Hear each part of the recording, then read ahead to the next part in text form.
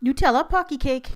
Let's see what's cooking. It's time for yoyomax12.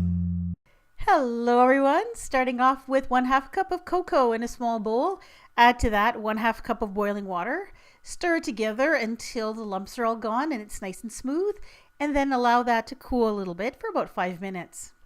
In another bowl, place 6.5 ounces of butter, 1.5 cups of white granulated sugar, a teaspoon of vanilla extract, and beat those things together until they are light and fluffy.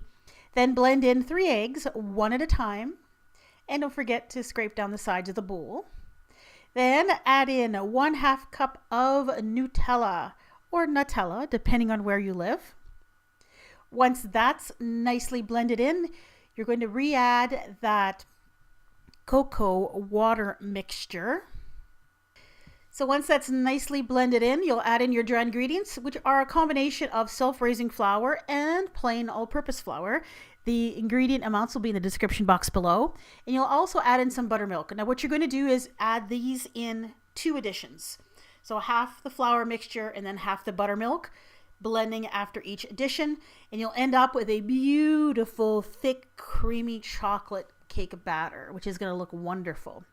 And then you're going to take that batter and put it into some cake pans. I used 2 22-centimeter cake pans, which is about 8.5 inches or so. I sprayed them with cooking spray, put a circle of parchment in the bottom, and then sprayed the parchment just a little tiny bit. And then I divided the batter between the 2 pans. Now, if you have one of those really deep cake pans, you could put all the batter into one cake pan if you wanted to. But I only have the smaller cake pans, so I divided into 2. I also weighed them just to make sure they were about equal amounts of batter in each pan. And then you bake this at 350 degrees for about 35-40 minutes until when you stick a toothpick in the center, it comes out clean. Let them cool in the pans for a bit, and then I let them cool completely on wire racks out of the pans. Then I took a 4-inch circle cutter and I cut out rounds from the completed cakes.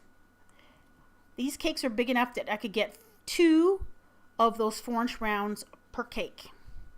And then what I did is I took the remainder of the leftover cake, I put it in a Ziploc bag and put it in the freezer. Not sure what I'm going to do with it yet. Maybe cake pops or maybe a trifle, I'm not sure. But put it in the freezer and I'll use it some other day. Now, I was going to stack these on a plate and frost them. Now, how tall should I make this cake? I tried it with 2 rounds and then I measured it using one of the Pocky sticks that I had. And the Pocky sticks, what I wanted was for them to go up the sides of the cake and to have just a little bit of Pocky stick sticking up the top. And this cake wasn't tall enough, so I added a 3rd cake, measured it, and I thought that was perfect. I could have added a 4th round on top of that, but I don't think there would have been enough Pocky stick sticking out to get the effect that I wanted. So I took 3 of the rounds and I cut them in half to get 2 layers. And then I set those aside. And now on to the chocolate Nutella frosting. That's 7 ounces, 200 grams of semi-sweet chocolate chips that I melted in the microwave until they were nice and smooth and melted. And then I added in 1 cup of Nutella. Now, if the amount of the ingredients looks a little off on the video, it's because I doubled the recipe when I made the video because I wanted to make sure I had plenty of frosting and I wouldn't run out. But after I made the cake, I had way too much leftover frosting. So a single recipe is plenty for this size of cake. So I stirred the Nutella and the chocolate together. And then you're going to end up with a mixture that's pretty runny and doesn't really look like frosting. It's pretty liquid. So what you're going to do is just allow that to sit and allow it to firm up.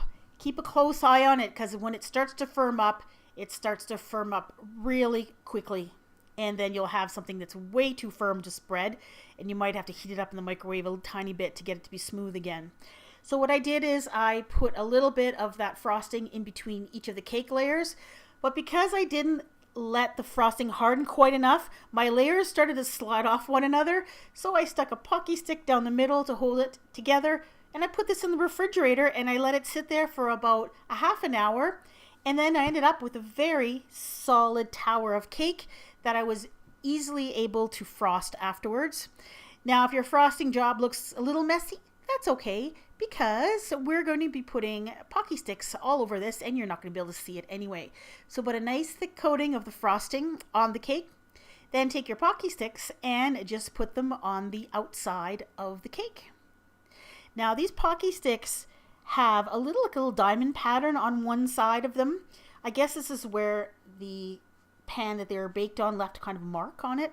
I turned my Pocky sticks so that that pattern was on the inside and I had a plain cookie on the outside. But what you do is up to you, of course. I ended up using 9 packs of Pocky sticks, and there's about 7 Pocky sticks per package of the ones I purchased here. But make sure you have a couple extra packages just in case you get some broken Pocky sticks as you're going along. And just go all around the cake, adding your Pocky sticks until it's completely encircled. Just like that. And then add a little piece of ribbon. This looks nice, and it also helps keep everything together until that frosting is completely set. And then you're going to decorate the top of your cake with whatever you want.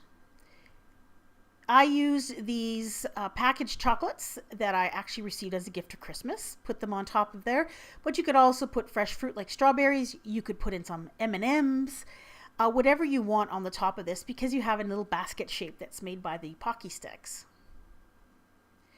And once you put the chocolates on or your decorations, your cake is done. And there's the finished cake. I was really happy with the way this turned out. Okay, now some notes about cutting this cake and how it ended up tasting. Take the ribbon off before you cut it, of course, and you'll have to remove most of the chocolates from the top before you cut it, just so that you can see what you're doing and you have room for your knife. Cut in between the Pocky sticks. And although this is only a 4-inch diameter cake, you actually get 4 or 5 very healthy sized pieces of cake with this. And considering there's chocolates plus Pocky sticks and the cake, really a very small piece of this is plenty for most people. It slices beautifully. As you can see, that is a slice I cut out very easily. I didn't have to clean the slice up to make it look pretty for photos. This is exactly how it came out when I cut it. The frosting firms up so that it's kind of like a very soft fudge. So it's quite dense and it holds the cake together very well. It makes for a very sturdy cake that won't fall apart after you cut it. It's a delicious frosting. The Nutella flavor is amazing. I love this one. I hope you give it a try. I love Nutella, and so does my family. I always have lots of Nutella in the house. I have a Nutella Treats playlist, and on this playlist are some great goodies, including these Nutella stuffed chocolate chip cookies, which may be the best chocolate chip cookies you've ever had in your life. Not kidding. And these chocolate chip muffins stuffed Nutella are also pretty awesome. If you want to see either of these, go ahead and click on your screen. Thanks for watching. Bye-bye.